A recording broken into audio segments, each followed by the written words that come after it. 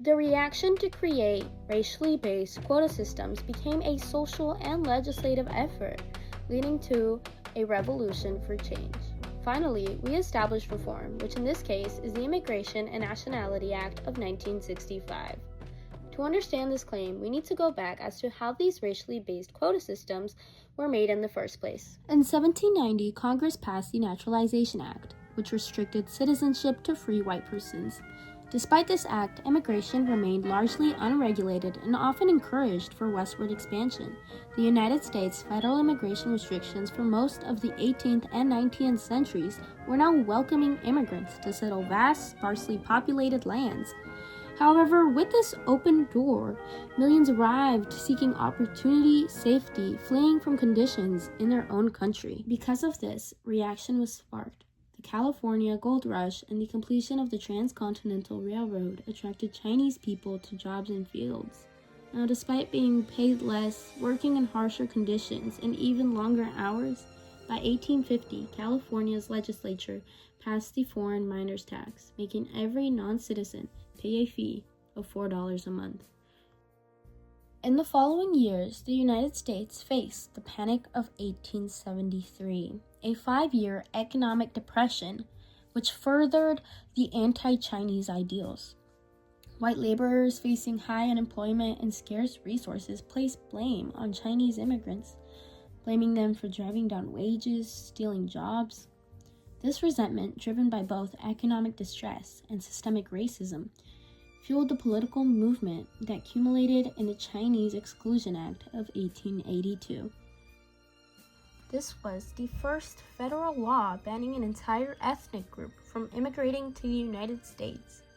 Immigration policy had now shifted from informal openness to formal racial exclusion. When Japanese immigration increased in the early 1900s, many fears arose. To appease Californians and avoid an open breach with the rising world of power of Japan, President Theodore Roosevelt brokered this diplomatic agreement whereby the Japanese government assumed responsibility for sharply restricting Japanese immigration, which came to be known as the Gentleman's Agreement of 1907 through 1908. Restrictions intensified in the early 20th century. The Immigration Act of 1917 imposed literacy tests and created the Asiatic Bar Zone.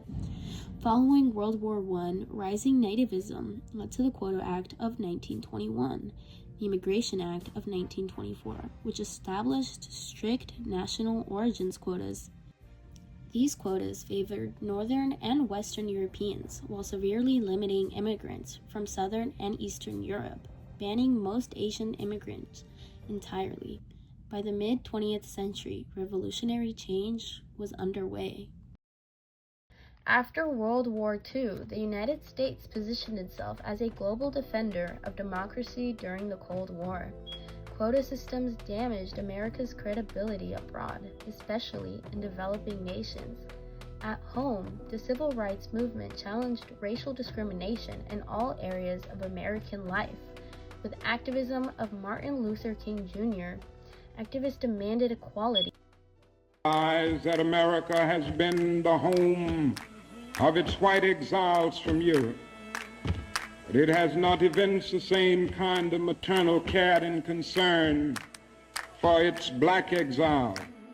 Both Democrats and Republicans increasingly supported revising the outdated quota system. Economic factors also played a role. Post-war industries demanded skilled labor workers. At the same time, programs like the Basero program had relied on temporary Mexican laborers to meet agricultural needs. The stage was set for reform. In 1865, Congress passed the Immigration and Nationality Act, also known as the Hart-Keller Act, abolishing the national origins quota system that had been in place since the 1920s. Is simply that from this day forth, those wishing to immigrate to America shall be admitted on the basis of their skills and their close relationships to those already here. For the first time in decades, immigration policy aligned more closely with the ideals of equality promoted during the Civil Rights Movement, removing race-based discrimination from federal immigration law. American cities became more diverse than ever. Immigrants revitalized urban neighborhoods, contributed to high-skilled industries, and strengthened services and manufacturing sectors. By the early 21st century, foreign-born residents made up a significant portion of population in major metropolitan areas. The act reshaped not only demographics, politics, culture, and America's role in the world. It transformed the United States into a more visibly multicultural society and redefined what it means to be American. Political climate today.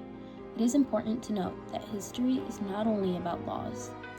It is about the laws that those people may include, exclude, and ultimately transform.